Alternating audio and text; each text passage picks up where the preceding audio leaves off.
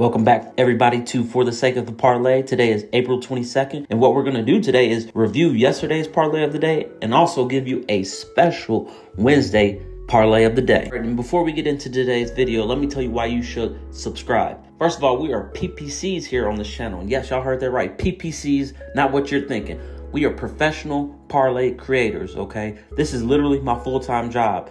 I really create parlays for a living. If these parlays don't hit, I don't eat. Next, this is a collaborative channel consisting of two people. We are lucky to have two PPCs on this channel in the architect and the voice. Obviously, I am the voice, but the architect is really the one doing a lot of the planning, designing, and managing throughout the parlay making process. Without the architect, there would be no channel and there would be none of these parlays. Lastly, we are giving you free daily content and picks with receipts. This is our 16th day in a row posting parlays with reviews.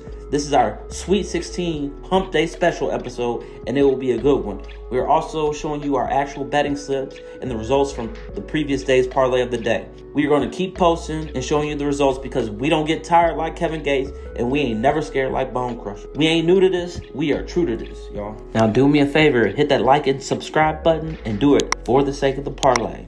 Before we get into yesterday's review of the parlay of the day and giving you today's special hump day parlay of the day, as professional parlay creators, we are giving you the formula to a successful parlay.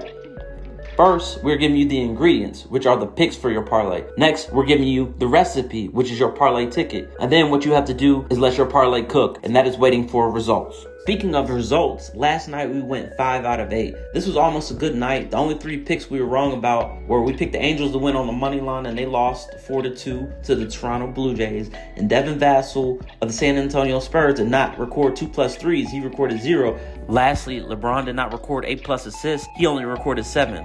What I'm going to do is go over each pick briefly, then go over our alternate line suggestions from yesterday. First pick we're going to talk about is the Angels not winning on the money line against the Blue Jays. This was a tie game going into the 8th inning, and of course the bullpen is what let us down, y'all. Now Drew Pomeranz, I know him. Drew used to be starting pitcher for Boston and the Detroit Tigers, but he's the one who gave up 3 runs in the 8th inning to cause the Angels to lose. This is exactly why pitchers like him are in the bullpen. They're not good enough to be starting pitchers. Also, if he continues to do what he did last night, his ass is going to wind up either getting cut or back in the minor leagues. Next, we took the alternate line of over 6 in this Phillies-Cubs game. The Cubs wound up winning 7-4. My man Shota Imanaga pitched lights out for 7 innings, only giving up 4 hits and 1 run. Jesus Luzardo of the Phillies only pitched 4 innings, while it took 5 more pitchers from the Phillies to finish the game. The Cubs used 4 pitchers in total, while the Phillies used 6. Both bullpens combined gave up 7 runs in the last 3 innings, so our over was an easy win. Next, we took the under 5 in the Utah Mammoth Vegas Golden Knights game. The Mammoth wound up winning 3-2, so our under hit for us. Logan Cooley of the Mammoth scored his 2nd goal in 2 games to help the Mammoth win their first playoff game ever in franchise history. Goalies Dej Melka of the Mammoth and Hart of the Golden Knights has save percentages over 90%. Their stellar performances are a great reason why this game went under 6.5 goals. Next, we took the Colorado Avalanche to win on the money line. The Avalanche wound up winning 2-1 in overtime. This was a very gritty matchup that I actually watched. There weren't any goals scored until the 3rd period. The Kings scored the first goal about halfway into the 3rd period, and then Colorado tied the game up with 3 minutes to left in the 3rd. The Avalanche wound up winning in overtime in a very good game, and I look forward for them to win again on Thursday to go out 3-0 against the Kings and for a possible sweep. Next, we took the Canadians on a puck line at plus 1.5. The Canadians lost 3-2, but that's why these puck lines are such a great bet. All we wanted was a close game, and that's exactly what we got. This game went to overtime just like the Avalanche game and Kings game previously. So as soon as this game went into overtime, we won our bet. And that's exactly why these puck lines are so valuable. The series with the Canadians and Lightning looks like it's going to go 7 games, and I look forward to betting similar puck lines in the future. Next, we were wrong about Devin Vassell of the San Antonio Spurs getting 2+ threes. However, Devin did play 34 minutes and record 16 points and 12 rebounds. He had a very good game, but went 0 for 5 from 3 in his 3-point attempts.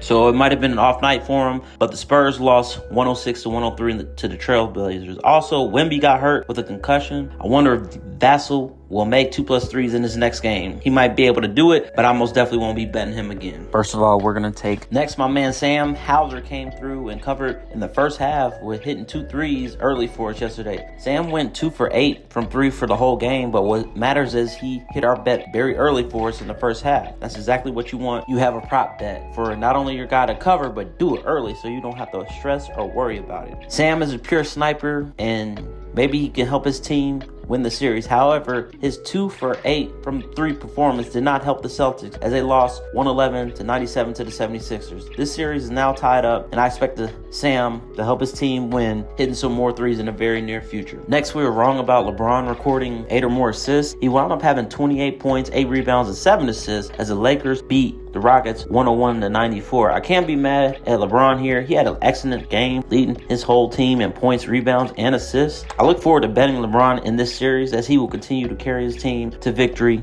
in this series. As far as alternate lines from yesterday, we went 3 for 3, making that 21 out of 24 picks since April 10th, 2026. The reason these alternate lines are so important is that they can literally make your parlay.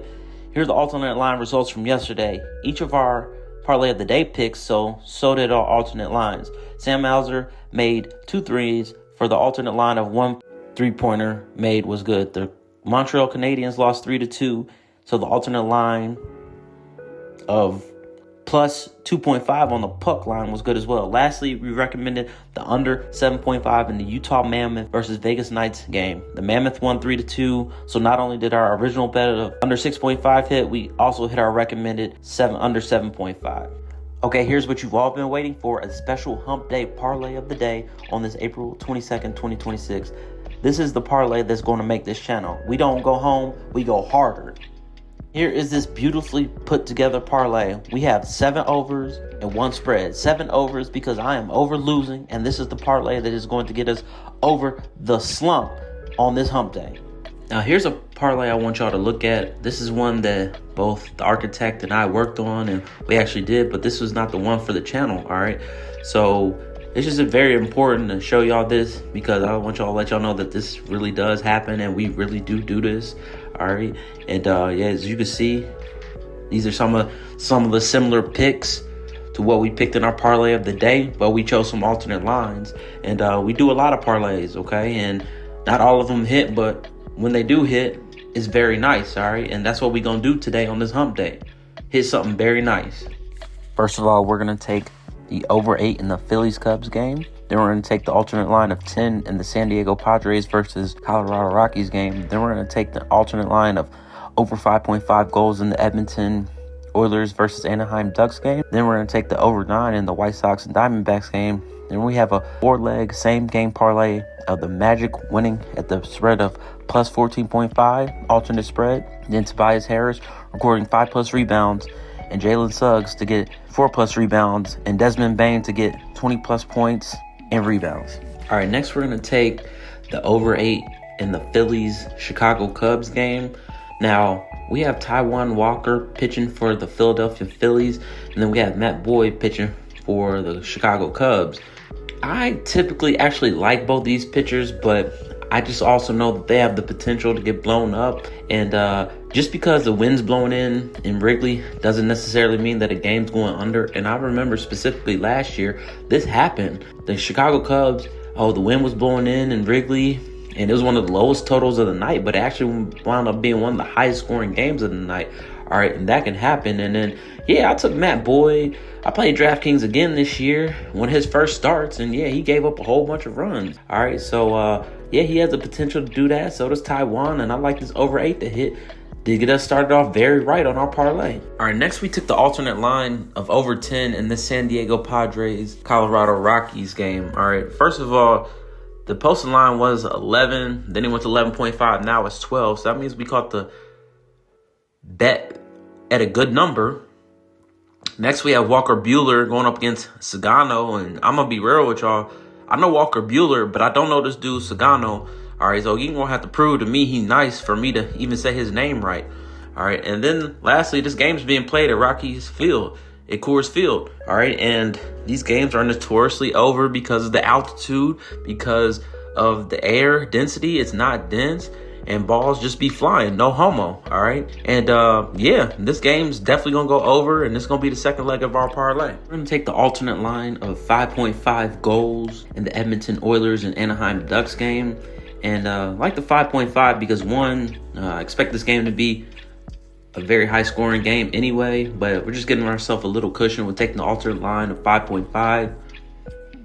Also, Edmonton's offense can probably get 5 goals by themselves with all the talent they have on the team. And the Ducks don't really have a good defense. Neither does Edmonton, and their goaltending for both teams is pretty questionable, all right? So this bet hit the other night when they played, and they went over 6.5, and I expect this game to be a similar playing style, and we're going to get over 5.5 for our parlay. Next, we're going to take the over 9 in the White Sox and Arizona Diamondbacks game, and I like this bet for over 9 just because I feel like 2 lefties pitching in Chase Field, which is the Arizona Diamondbacks home field. It really favors right-handed batters, and right-handed batters have an advantage over left-handed pitchers. And this is 2 left-handed pitchers pitching. Now, I do know both of these pitchers, especially Eduardo Rodriguez. He's actually pretty good for a left-handed pitcher. However, I just think this is a bad matchup for him with this White Sox lineup, and same thing for the Diamondbacks lineup. And I feel like this is going to go way over 9 runs. All right, next we have a same game parlay with taking the alternate spread of 14.5 plus 14.5 for the Orlando Magic versus the Detroit Pistons. And then we have Tobias Harris getting 5+ rebounds and Jalen Suggs to get 4+ rebounds. And then Desmond Bane to get 20 points and rebounds combined. First of all, Orlando won the last game in this series. They're already up 1-0, and we're taking them with the alternate line of 14.5 points. So the current line is about 7 or 8 points, and I feel like Orlando could mess around and win again, okay? So taking them with an extra 14.5 points is a really good bet.